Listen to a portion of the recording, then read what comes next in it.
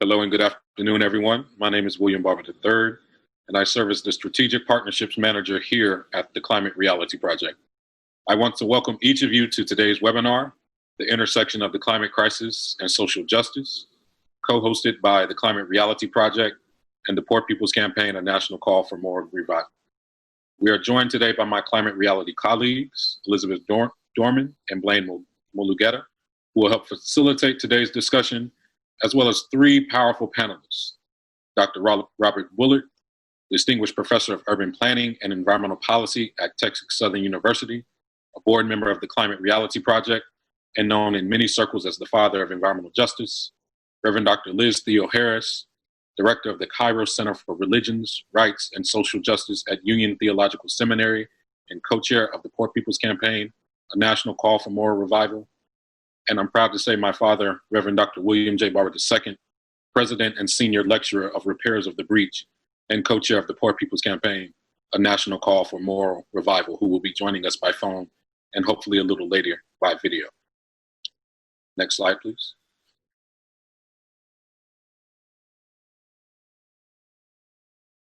Before we dive into today's webinar, I briefly want to review some housekeeping.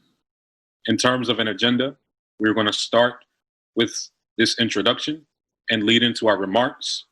First, by Dr. Bullard, who will go through an overview of environmental justice, environmental racism, and how it connects to climate justice.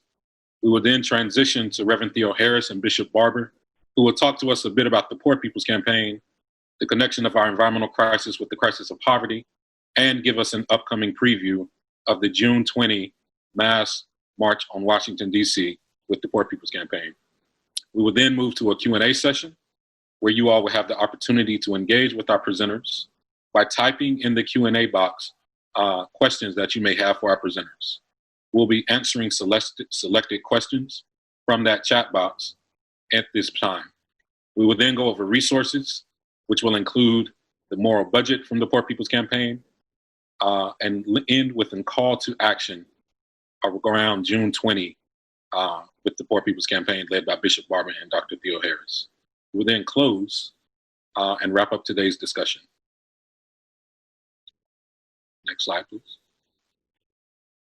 So here, again, I would like to say thank you to our distinguished panelists and kick it off to Dr. Bullard to begin our conversation for today.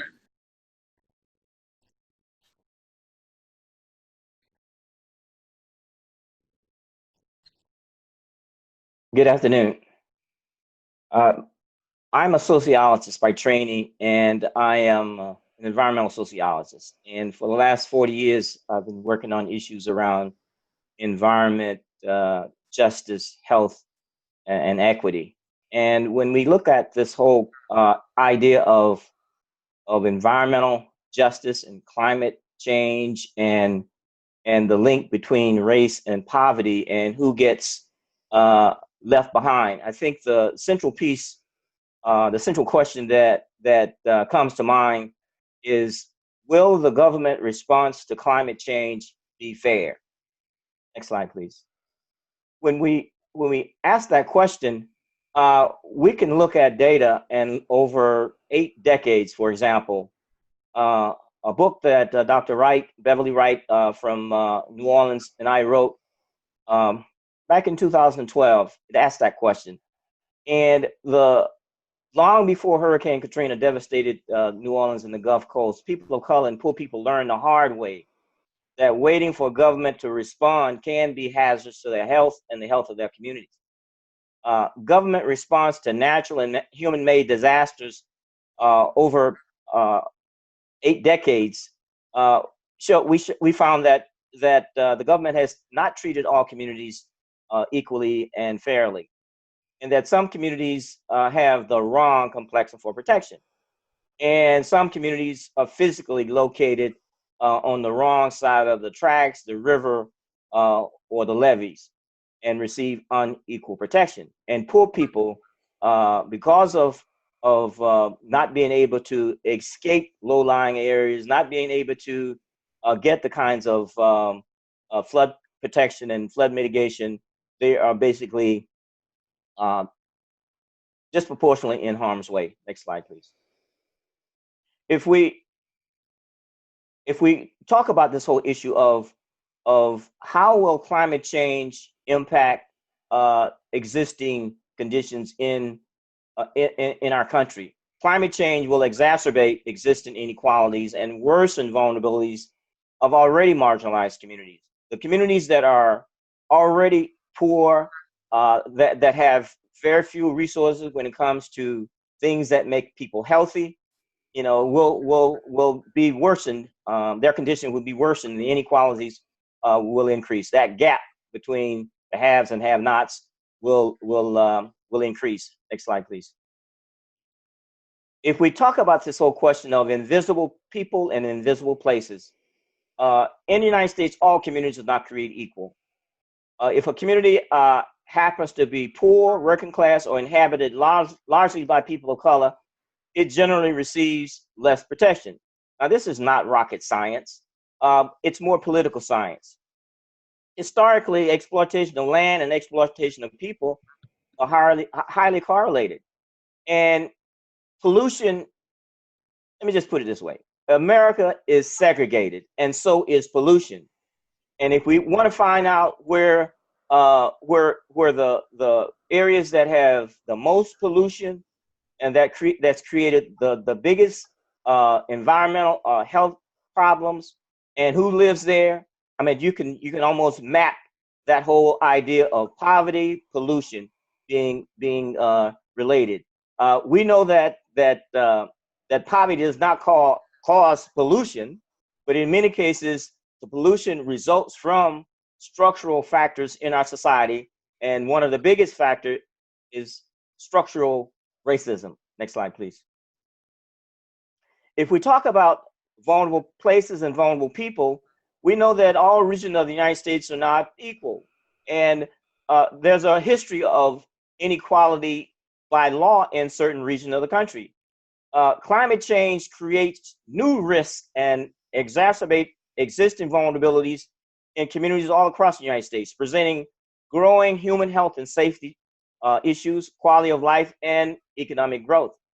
If we look at the region that has been hit the hardest over the last decades, we can see that the southern United States is a hot spot. This is not to say that climate change will not impact poor people in other parts of the country, but if we talk about the Southeast and the South, the history of the region that gave us the civil rights movement, the modern civil rights movement, and the region that gave us the birth of the environmental justice movement.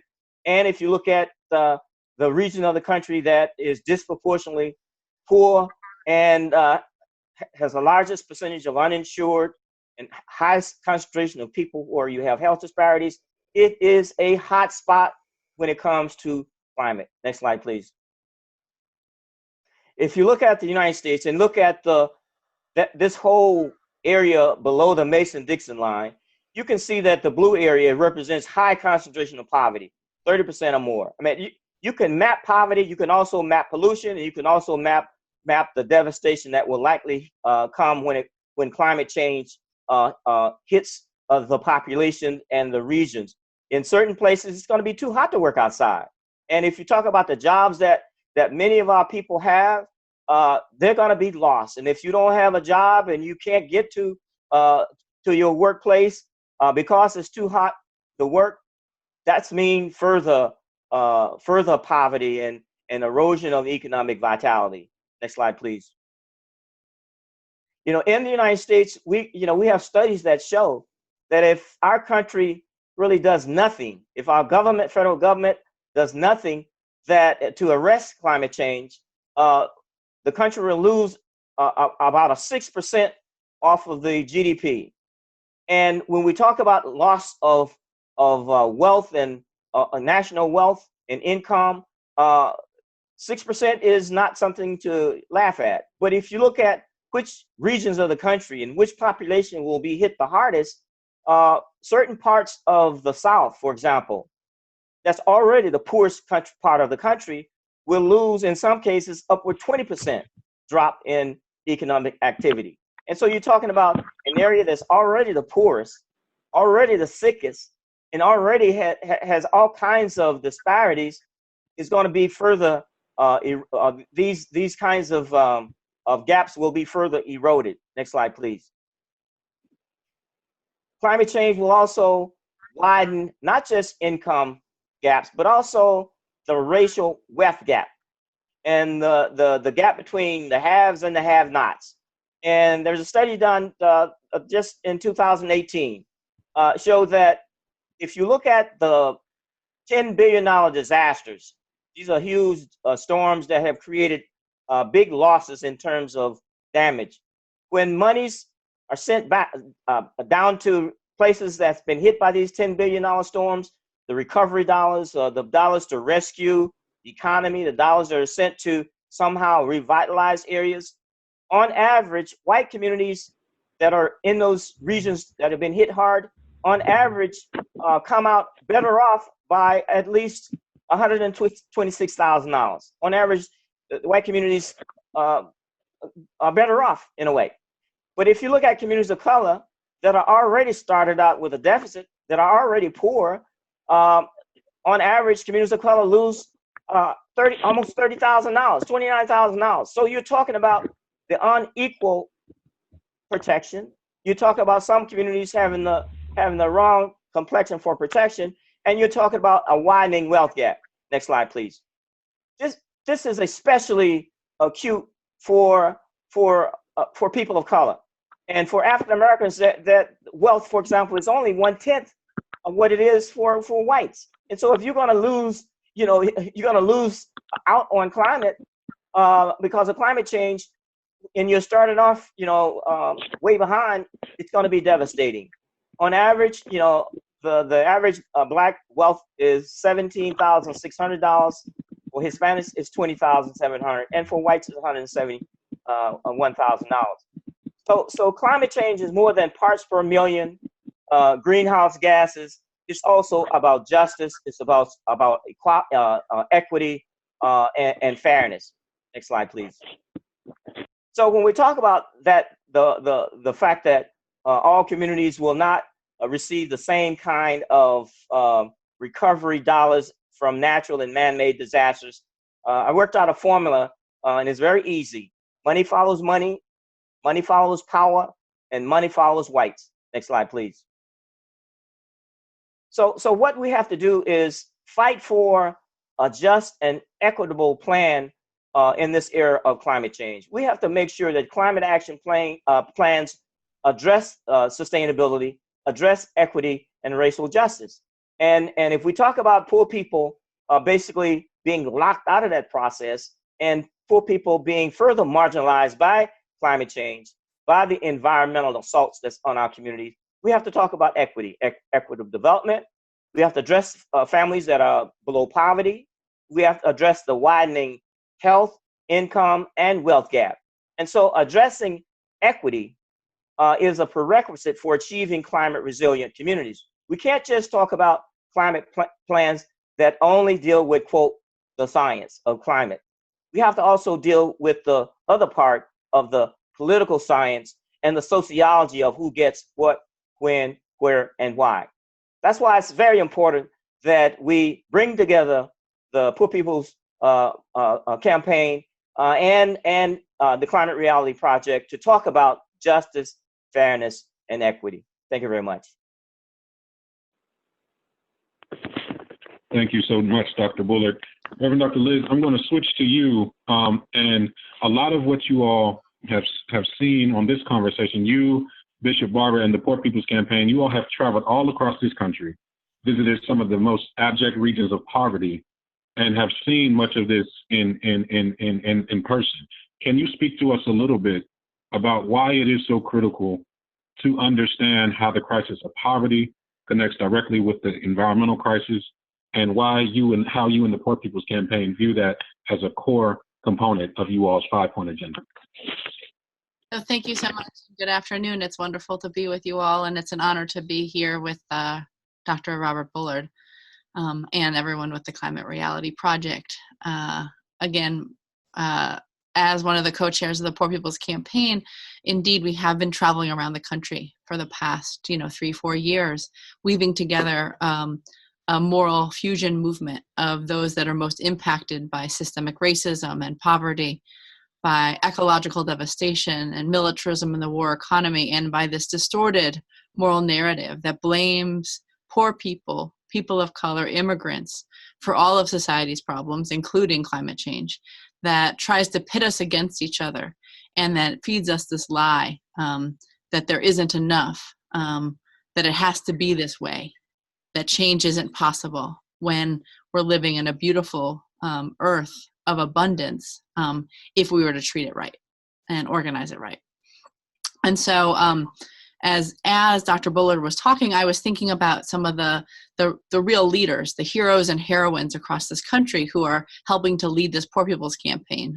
Folks like Robert Taylor in St. James Parish, in St. John the Baptist Parish down in Cancer Alley, Louisiana, who has a daughter who has a condition that one in some millions of people have around the world, except for three young people in that community have it, where the levels of the petrochemical companies poisoning people have levels of cancer and poverty and death that are just atrocious. Makes me think of Pamela Rush and other leaders in Lowndes County, Alabama, right between Montgomery and Selma, right where civil rights marchers marched through, where the Black Panther Party was actually started, where poor white and poor Black folk are living with no sanitation services.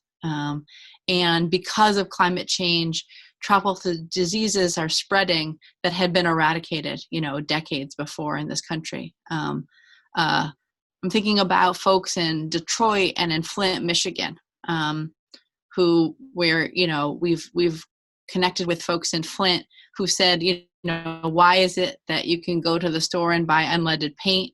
Why is it that we can go to the gas station and get unleaded, gas, but we can't, even paying some of the highest water rates in the country, get unleaded water, and the kind of awful death and disease that has spread. And what we found in the Poor People's Campaign when we put together this Souls of Poor Folk audit is that it's actually 4 million families who, when they turn on the faucet today, they have poison coming out of it. It's not just in Flint. It makes me think of our brothers and sisters at Oak Flat, Arizona, First Nations people from the Apache stronghold, whose most holy, most sacred sites are being copper mined by some of the biggest companies in the world, contributing to the poisoning of water, but also the poisoning of land and air, and the further development of climate change. And so, again, when we have been in the hills of Appalachia and West Virginia and Kentucky, the mountaintop removal, the impact that it's having. And so, indeed, poor and marginalized people are hurt first and worst by this climate crisis.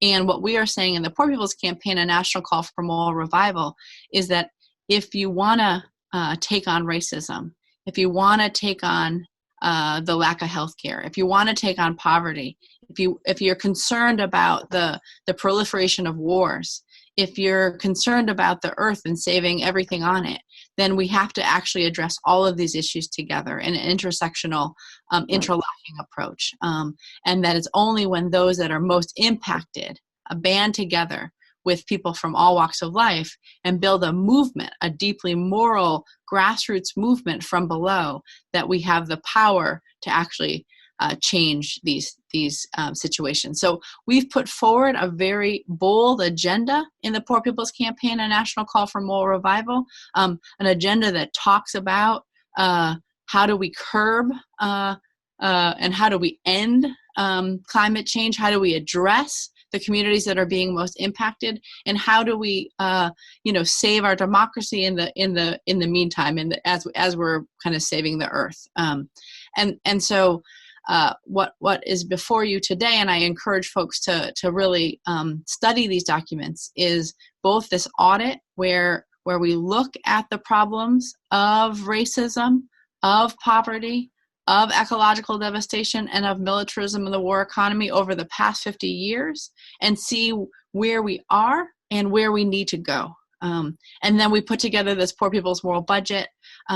Everybody's got the right to live, where we talk about that it isn't impossible, that a different world, a different society is possible, that we can actually save people from dying from pollution and have living wage jobs. That we don't have to pit ourselves against each other. We don't have to say, well, the only way to save the earth is to have people, stop having living wage jobs. That these are false choices. These are false dichotomies that those in power have put forward. But the reality is that if we organize society around those who are being hurt first and worst by climate change, we would live in a very different world. We're organizing power, we're shifting the narrative, and we're rising together for the mass Poor People's Assembly and Moral March on Washington on June 20th. 2020, and we hope to be able to speak about more as we talk more today. But I'll now turn it over to the Reverend Dr. William Barber, my co-chair in the Poor People's Campaign, to continue to talk some more about the work that the Poor People's Campaign has and this connection between climate justice and poverty.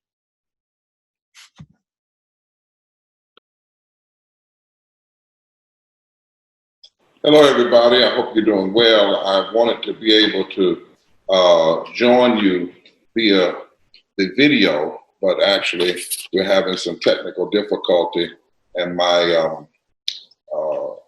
camera in. I hope that you can hear me well. And somebody acknowledge William and you all can hear me well. And we're certainly thankful for Reverend Dr. Liz Theoharis, our co-chair of the campaign and also with the Kairos Center.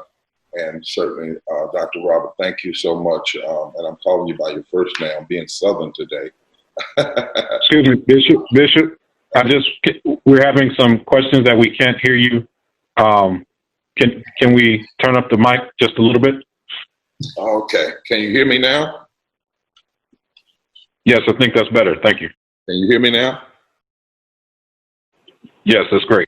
Okay, I was just saying thank you to everybody and to our co-chair, Reverend Dr. Liz Theoharis, and I was teasing Brother Robert. I said I was being Southern. I was calling him by his first name like we do in the South. And certainly we want to thank you, Councilor William Barber, for your work and what you're doing. You know, last night I was on the phone with the Navajo people, and they have the highest now per capita rate of death in the country. I'm going to switch up a little bit since some of the examples that Liz was able to share with you. And we were talking about why coal mining, why is this? Why are they having this devastation? It's not that somehow it's, Navajo people are bad people or COVID is just attacking them because they're Navajo, because of their race. But literally it's because of racism and because of climate injustice. They told me the story that they had a coal mine in the middle of Navajo Nation some years ago. They were able to get it shut down, but before they got it shut down, in order to move the coal from there to places where it could be sold and utilized, the corporations and the greedy politicians decided to use pressurized water in pipes. Now, in order to push that coal through those pipes, they had to use the aquifers on the Navajo Nation land. Those aquifers have been depleted to some 60 to 70% depletion. So now the Navajo people don't have water. And because they don't have water, they don't have warm water. Because they don't have warm water, they can't wash their hands. And they can't afford the sanitizer because of the price gouging. And so what's happening is they're having the highest rate of infections and the highest rates of death. It's all because of the intersection of racism, poverty, and environmental injustice. Reverend Liz mentioned down in Alabama, Vice President Gore and I were touring down there, and I want to just deepen that a little bit, we're talking about entire communities being flooded. And they literally have raw sewage in the front of their yards where the children are playing. One of the things that was so ugly as we were going through that community is with those lands, they're on the same lands that were the lands of the slaveholders. So they used to be the place where Black bodies were enslaved by chains and the structures of slavery. Then they were the bottoms for the sharecroppers. That's where they put all of the poor Black folk years ago. And now today, people, they sold them that land knowing it was bad. Somebody cut a deal and they knew that the land didn't perk, as we used to say, that it wasn't proper for sewage. And they knew it was bad land, but they sold it to people. And so the people built brick homes down there. Some of them have brick homes. And literally, as we were there, a truck would come through. And I would say, well, what is that? And they said, oh, that truck comes through 3 times a week. So what does it do? It says it sucks up the sewage from the front yard. The trucks would literally come through with a pipe on the back end and put it in people's front yards and suck up that poverty. I mean, and I want to say this graphically. Sewage is like what you leave in the bathroom when you go there to sit down. I mean, sewage, raw sewage. Children were playing.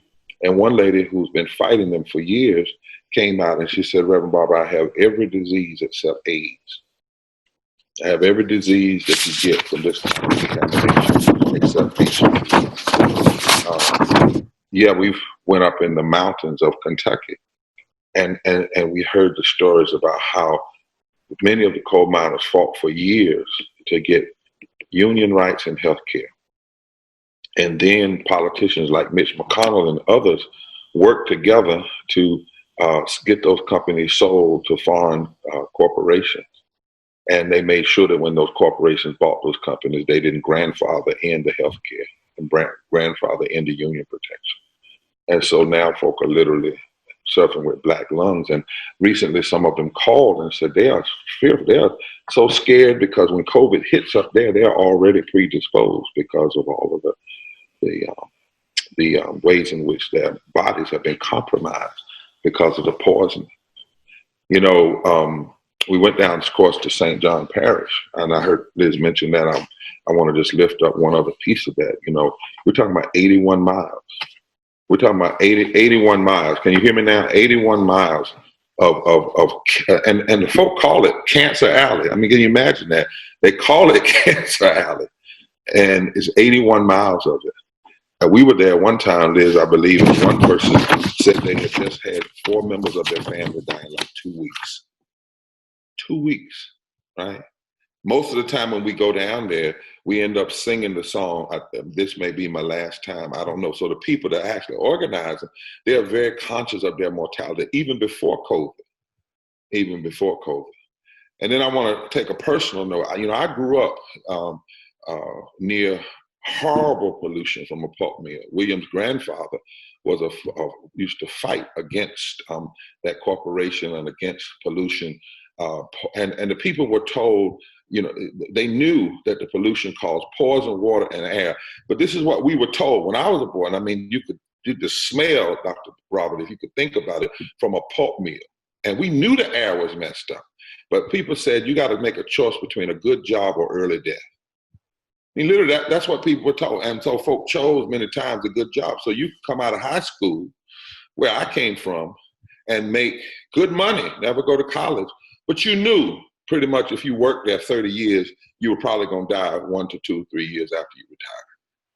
You knew that. People fished in the river and they knew it was contaminated. And it still is to this day. Yeah. But people were in essence forced to do this, even though there were other ways. We knew there were other technologies, but those technologies were not utilized because of the greed, of the margin. People, they wanted to make sure they made a certain amount of money. My father was a part of the resistance in Warren County. We don't talk about that too often. He was a part of those clergy that helped develop that phrase about environmental injustice. He was there when the corporations at night, and when we talk about evil, they would wait till nighttime and they would dump PCBs in the ditches in the ditches in front of the homes of the poorest communities, white and black. And it took clergy people like Leon White and others to literally lay down in front of the trucks in order to protest and shut down the company and the actions. And what all of these realities, both then and now, teach us is something we know. Not only must we deal with climate reality as we move through this work, we must deal with the climate reality among activists. And one of the climate realities we have to shift is the isolation and the siloism that too often happens. And that's what the Poor People's Campaign is trying to help folks. So we're not an organization. We have enough organization. We're a movement. We're a campaign.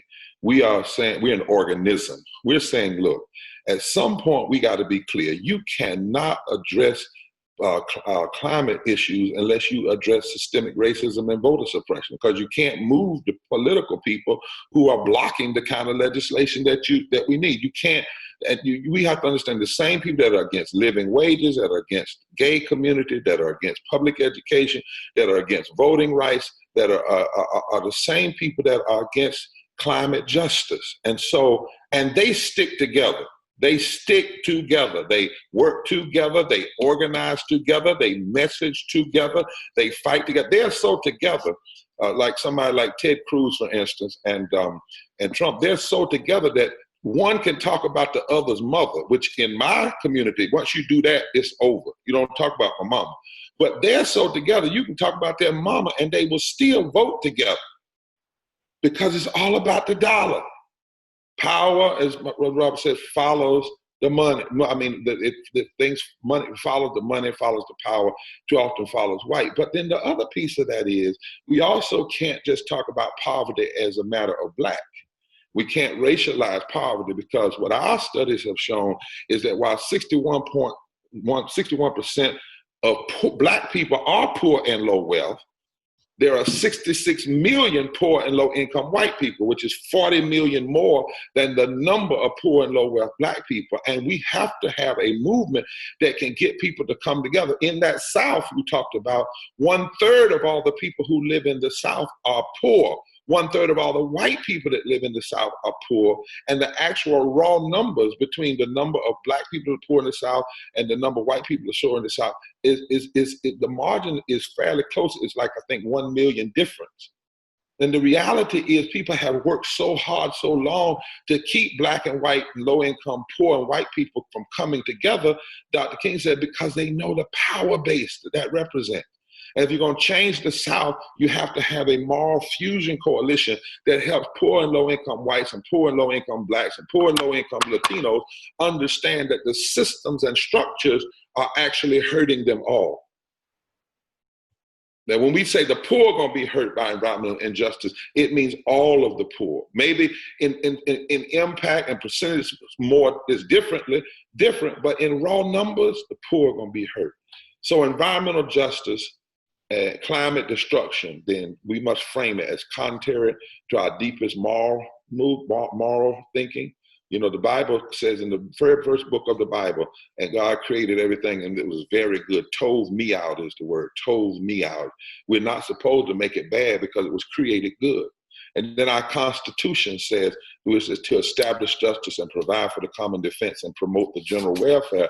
And that means that environmental injustice and climate destruction are against. It is the violation of our deepest moral values and our deepest constitutional values. So as Liz said, we got this audit and we have this budget.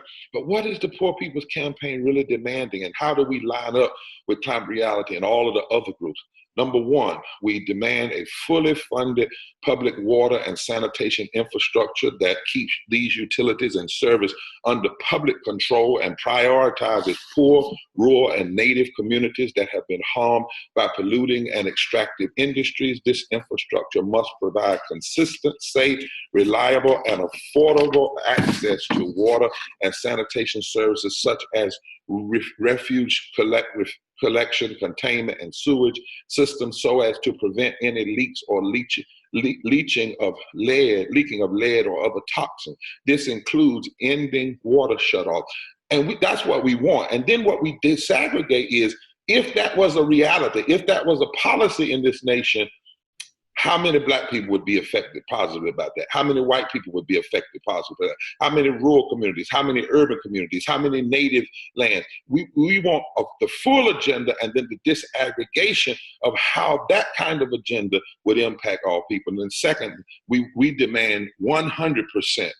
And Liz likes to say sometimes, we want it all. We demand, we have a right to fight for 100% clean, renewable energy and a public jobs program to transition to that, with a commitment that poor and impacted people feel those jobs. Feel those jobs. Feel those jobs. Then lastly, for you, we understand when we look at this, that marginalized people all over the world, the poorest and most marginalized, are the ones that are affected most by climate injustice.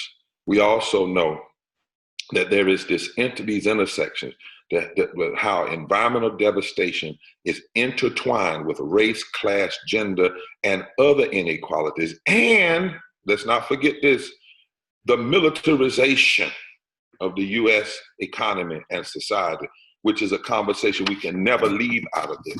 And we also know that scientists have known for decades that human activities, particularly the use of fossil fuels such as coal, oil, and gas, are warming the planet. And I was reading something, William, just the other day that said that 19 years after NASA, a NASA scientist, James Harrison, warned Congress on the impact of greenhouse gas. 19 years after he warned them in 2007, the emissions peaked. 19 years after the warning, the emissions peaked. And so what we know is that this reveals how little priority our political leadership attaches to an existential threat that for now mostly impacts poor people, people of color, and people in the global South. It shows the political clout of the fossil fuel industry, which has effectively captured the U.S. political system and prevented the kind of drastic action the country should have taken long ago to prevent the crisis of climate change from escalating to the levels it has reached today. Which means then, the people who suffer the most from the effects of climate change and who affect them the most from the effects of climate change contribute the least to its causes, which then means you have to organize that group. You have to. They are the leaders, as Liz said. They are the leaders that we must come together with, moral leaders and others. The people who actually contribute the least to the climate injustices and the ugly environmental realities are the ones that are impacted by it the most. And this body, if we don't organize poor and low wealth people along with moral leaders and their advocates, we cannot win this battle. But when we do, how about that? When we do, we then shift. We don't have enough missiles and we might not have all the money, but the people united have never been defeated. And we need you to join us for this mobilization, not just about June 20th, it's June 20th and beyond. It is coming out. It is saying too many people are hurting us, poisoning us, killing us. And we've been silent far too long. And we won't be silent anymore. Thank you so much. Thank you, Bishop. And thank you to all the panelists. I really appreciate the urgency that each of you bring to this conversation when we talk about why it is so critical that we center those most impacted in our conversations around climate solutions, in our conversations around climate justice, in our conversations around this existential threat. I love that in terms of poverty and the 5 interlocking issues. We want to move to some Q&A here. And I think, it would be good to kick this off with you, Dr. Bullard, just to kind of ground us.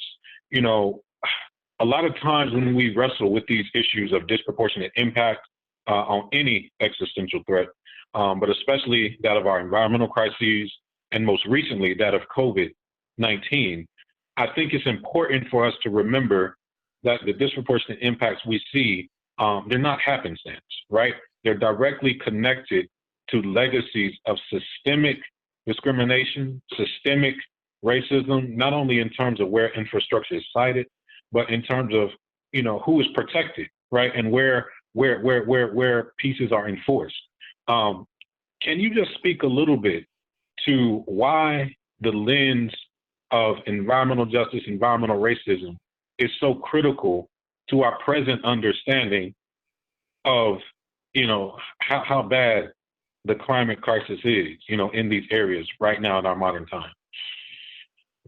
Well, again, if we look at this whole question of the fact that, as I said before, all communities are not created equal, and that from addressing the issues around climate, the issues around environment or economics, it's important to use a justice and equity lens, because if we somehow don't get to the heart of why is it that that so much pollution and industries are concentrated in certain areas. I mean, this is not something that's random.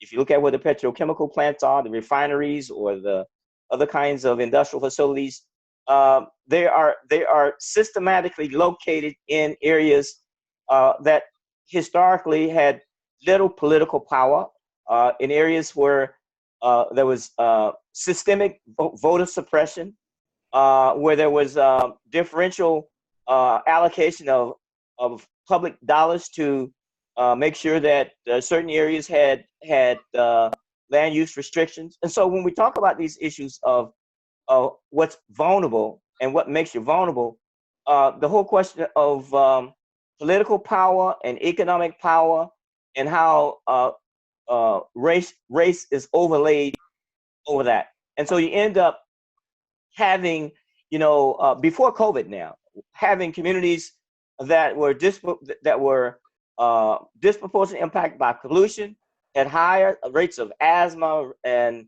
cancer and diabetes and other things. There's an environmental link, and there's also a direct link with how monies get spent, tax dollars get spent. And so when we talk about, COVID-19 being this heat-seeking missile that is zeroing in on the most vulnerable population, and that population is vulnerable and sicker because of these structural social determinants of health, it's just a matter of predicting who's going to die and whose community is going to be hit the hardest. That has to be pulled out, lifted up, and stopped. And that's what the environmental justice movement is about. It's about economic justice, it's about climate justice, and also about health justice. And as long as we make that analysis and make those connections, and people can see those connections, that's when we can talk about remedies, action, and getting people to understand that we should not and cannot leave any community behind. Because when we don't protect the weakest part of our society, we place everybody at risk. Yeah, I think, William, may I say something to that? Yes, please. Yeah, I actually think that that last sentence is that the epidemiology perspective of it is to show people, it's something they used to say in the civil rights movement: you can't keep me in the ditch unless you stay down there with me. Now, you might be able to isolate the community for a minute, and the people get hurt the worst, who are already the poorest get hurt first, but it's not like the sun just gonna burn them. It's not like the water is gonna somehow stay on the poor side of town all the time. It's not that the pollutions are gonna stay over there. And that's something we have to lift up. And we have to, when we say to folk, most vulnerable communities, we have to make sure that people understand that's everybody. So for instance, yes, climate injustice is gonna hurt Black folk, because 61% of Black folk are poor and low wealth, which is 26 million people. So yeah, we gotta lift that up. But wait a minute now, to the white community, don't think that's leaving you out. Because while only 30% of white folk are poor and low wealth, that's 66 million people. That's 40 million more than the 26 million. So we have to talk about, so yes, the deeper, greater impact in terms of percentage is on Black communities and brown communities, but the raw number percentage is on all people who are poor and low wealth.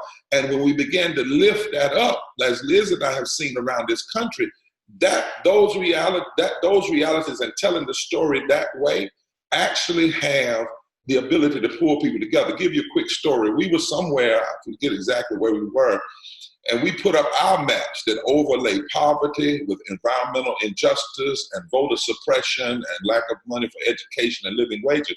And we were in a pretty much white audience. And one of the guys stood up and said, "Reverend, do that again." And we showed, he said, "So you mean to tell me the same people that are pushing these racist voter suppression laws and telling us that there's fraud?" See, the people have been lying to them, telling them that it was because of voter fraud when it really was about voter suppression. That those same people, once they get elected, they use their power to undermine the water rights for us up here in the mountains. They use their power to cut out the health care. And we say, yeah. He said, "Well, damn, we being played, aren't we?" I said, "That's right." Now, I didn't say damn, for those of y'all got a problem with preachers saying that. He said it, but my point is a light bulb came on, and he said, "Wait a minute, these folk are lying to us." And since this is the anniversary, of the birthday of Malcolm X, you're getting hoodwinked, you're being bamboozled.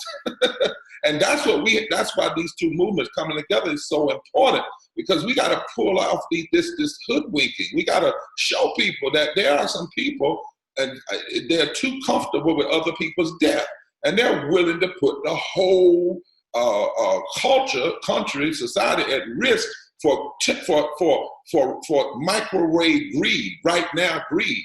And you're dealing with a dangerous group of people who don't even care what kind of environment their grandchildren have to live in. And so in a sense, we have to have a movement that saves even their children, because they're so greedy right now, the fossil fuel and all of that, that they know what's going to happen 20, 30 years down the line, but all they care about is the greed right now and the fact that some people won't experience the pain immediately, so they think the pain's not coming to them. And that's the lie. You cannot isolate it forever, even among the people who will get hurt the worst first. Absolutely, absolutely. So question 2, Climate Reality, represents a network of over 19,000, trained climate leaders across the nation. We're really developing our climate justice lens and trying to answer the question that you all have alluded to of how we can more intentionally work in standing in solidarity with impacted communities and avoid, I think, the mistake of thinking we have to do things for on the behalf of.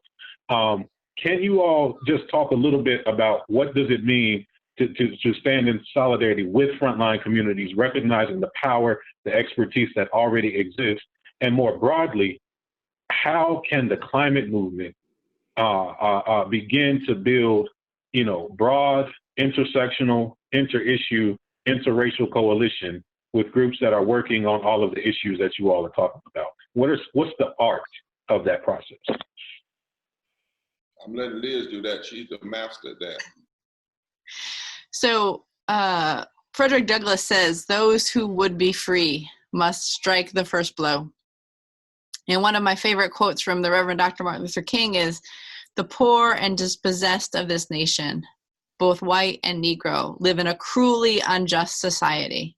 If they can be helped to take action together, they will do so with a freedom and a power that will be a new and unsettling force in our complacent national life."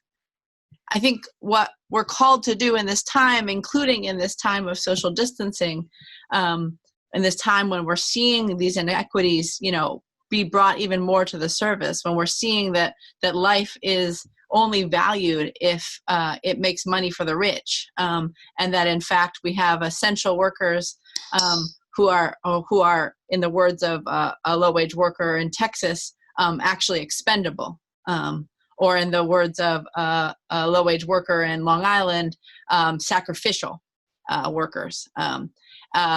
But I think what it says is that what we need to do is organize, and that organizing should involve absolutely everybody, but should also have those who are most impacted in the lead, or as partners in the work, or people that you're doing this work hand in hand with, we were on a 26-state tour before COVID-19 called us off the road. And that tour was focused on mobilizing, organizing, registering, and educating people for a movement that votes. And I think that is what we're called to do in these times even more. We need to mobilize, we need to organize, we need to register people, and we need to educate. And that is people across all walks of life, across geography, across race, across issue area. And in particular, these great inequities of climate disruption and poverty and inequality coming together can actually be this new and unsettling force in our complacent national life.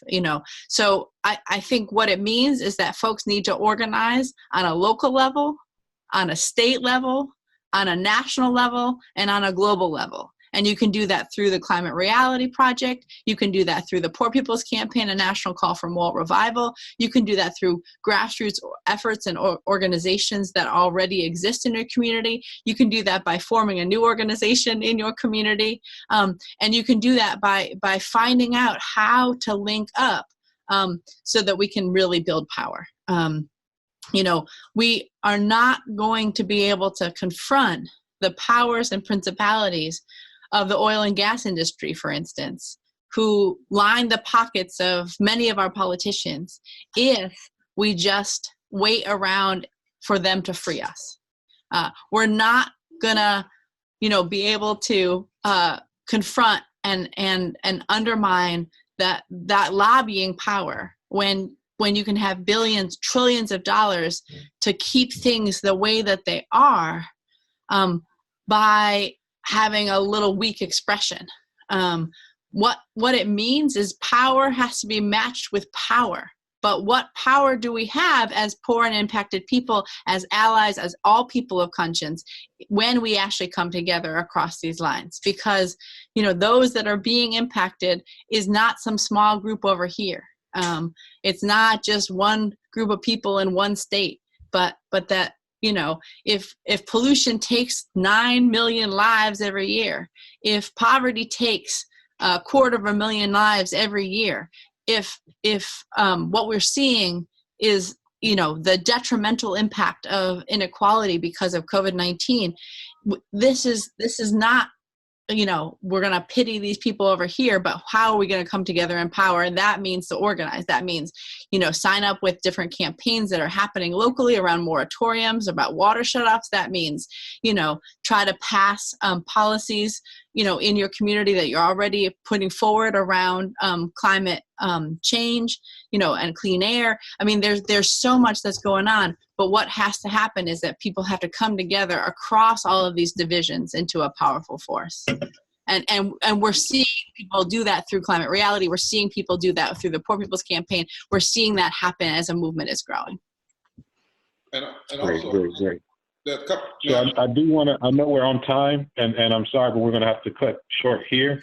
I just want to get in one quick question on the policy piece, because I think it's so critical. And I want to ask this to you, Dr. Bullard, are there existing policy ideas, whether it be the Green New Deal or existing state level carbon policies, policies that put price on carbon emissions and invest in low income energy efficiency? Are there existing policy ideas where we can wrestle with climate solutions, but also embrace the tenets here of centering those most impacted and really redressing some of the historic inequities that have persisted in our society? The short answer to that is yes, and I think there are a number of policy agendas that are out there, plans. The Green New Deal is one, and I think it's a conceptual now, but I think in putting meat on the bones and dealing with the details, the specifics, and making sure that the process by which we develop, those specifics should be a bottom-up process, and that input from the most vulnerable populations. We developed 17 principles of environmental justice back in 1991 at the first National People of Color Summit. The overarching theme of that summit was that people most impacted must speak for themselves and must be in the room when decisions are being made. And so when we talk about, a plan to deal with climate and environmental justice, health is at the core. The issues of the communities that have been left out historically, we have to talk about moving their priorities to the front of the line. When we talk about allocating resources, we can't just talk about how the money is generally allocated, because if we use the dominant paradigm, the money will be gone before the people who need it the most will so that money won't follow need. We have to also bring into this whole concept, the word for the day is intersectionality, and this whole idea of intergenerational movement building. Every social movement that has been successful in this country has had a strong youth student component that has been integrated with the more mature veteran organizers and leaders. We need that now, and we need it across various disciplines, and we need to emphasize that the urgency of this is not something we can just think about and philosophize. There is an emergency. The house is on fire, and we need real firefighters. Put out the fire and resolve these issues right now. Can I take 30 seconds, William, on a fast move? Please, yes, thank you. Because I want to go back to that. You said how to organize. Number one, I want to even push on intersectionality. I believe we need a moral fusion movement. And why I keep saying moral and fusion, first of all, anything you fuse in chemistry, you can take hydrogen and oxygen, both of them, too much of them separately will kill you. Put them the right together in the right formula, you get water, something nobody can do without. If you fuse the right things in physics, you get a whole new kind of power. And so moral fusion actually picks up with when black poor former slaves and free blacks after the Civil War hooked up with poor white folk and fused together. And it was the most progressive time in this country. People forget that. The 1868 to the 1870s was the time we had the most fundamental change. And it was this fusion. It was this moral fusion. Secondly, moral fusion allows us to change the language, because we cannot use the language of the oppressor and then fight against the oppressor. We got to get away from all this left-right language, this conservative versus liberal language. We got to use the kind of language that Brother Robert, Dr. Bullard said, that says how graphic it is. Like he said, that it's on fire. We can't just calmly discuss this stuff. We got to talk about it graphically. We got to talk about that this is about policy-based murder, mass murder. I mean, we got to up the ante. You got to use moral language. You can't have this cute language that allows two opposing sides never to really create it. Somebody said that left versus right was a compromise by both sides of the political aisle to keep from having to call something evil or to call it unjust or unconstitutional. Well, some things are evil. Some things are unjust. Some things are detrimental. Some things are deadly. Some things are lethal. Some things are murderous. And poverty and environmental injustice are all of those things. And we have to change the language in order to change the narrative. And part of changing the narrative, we got to unite we cannot talk about them ever separately. We have to talk about how they go together. Thirdly, we have to organize like we want to be. You have to organize like what you want to become. So if you're saying that you care about poor and low-wealth people like we did in the Poor People's Campaign, then they're at the center of the campaign in the leadership, not just called up to do a testimony and then put back. They have to be at the center. And then lastly, we have to remember prophetic imagination always comes before prophetic implementation. And one of the things one of the rabbis says is that he says, I'm talking about us now, not the opposers, we who claim we want to do the right thing. We have to have our imagination loose, because sometimes we have believed the hype. We have bought into the language. I hear progressives going around, or whatever we want to call ourselves. Well, Donald Trump won. He didn't win. You gotta stop using that language. He might have won through an electoral college, but that was flawed in the first place. 80,000 votes. Well, 100 million people didn't vote. It was racist voter suppression. Did we organize in those communities? Did we organize among poor communities? Do we realize that all we need to change the political dynamics in this country is 5 to 15% of poor and low wealth people of all races, colors, and creed organized around an agenda? That's all, not 30%, not 40%. We know that the margin of victory in every state that could change, for instance, the United States Senate to put in the, I'm not talking about Democrats, I'm talking about putting it in the hands of people who on the front end, before we vote for them, we know they're going to deal with climate reality. The margin of victory is in the number of poor and low wealth people in that state that didn't vote. I mean, so we have to start knowing the power we have. And as a preacher, I'm reminded when God asked Ezekiel, he took him down to this valley of dry bone. It looked like they had gone through climate injustice because they were dried out. The sun had dried them out. They had no water. They were poor. They were impoverished. They were in a valley, and it looked like they were just out of it. And God said, can these bones live? And the prophet, because he was still locked into the oppressor's way of thinking, said, I don't know. And then what God said was, go down there and organize. That's all I need you to do. You go down there and organize. You get in there. You get them in that valley. You change that narrative. You preach that word. You tell them what's going on. You show them these maps. You show folk how they've been bamboozled. And then watch what I do. But I need you first to believe that it's possible. And we have to start talking about the power we have, not what other folk have done alone. The power we have, not 20 years from now, not 30 years from now, but right now, the power we have. And it's not going to come from a presidential candidate alone, because campaigns come and go. If they lose, they go home. If they win, they get tied up in the system. We have to have the kind of mass mobilization that these two organizations and others represent, that's going to stay here for the long haul, that's going to say, we have to, that until our last breath, we're going to fight for what ought to be and never accept what is. Thank you, Bishop Barber, and thank you so much to each of our panelists today. I want to make sure to go over these, some closing thoughts, resources, and a call to action. Again, our primary action for today is register. We're encouraging everyone to register to be a part of June 20, 2020, the mass digital mobilization, mass march on DC led by the Poor People's Campaign, where these 5 intersecting injustices will continue to be highlighted. You can find more information at www.poorpeoplescampaign.org. I would encourage everyone to continue this conversation by familiarizing yourself with 2 resources, the Souls of Poor Folks Policy Audit and the Poor People's Budget. And I would ask that our climate reality leaders to continue this conversation on Reality Hub as we really wrestle with how we infuse climate justice in this larger climate movement in the work that we carry forth. Again, thank you to everyone for joining us today. We really appreciate the time and hope you all are blessed and stay well. Take care.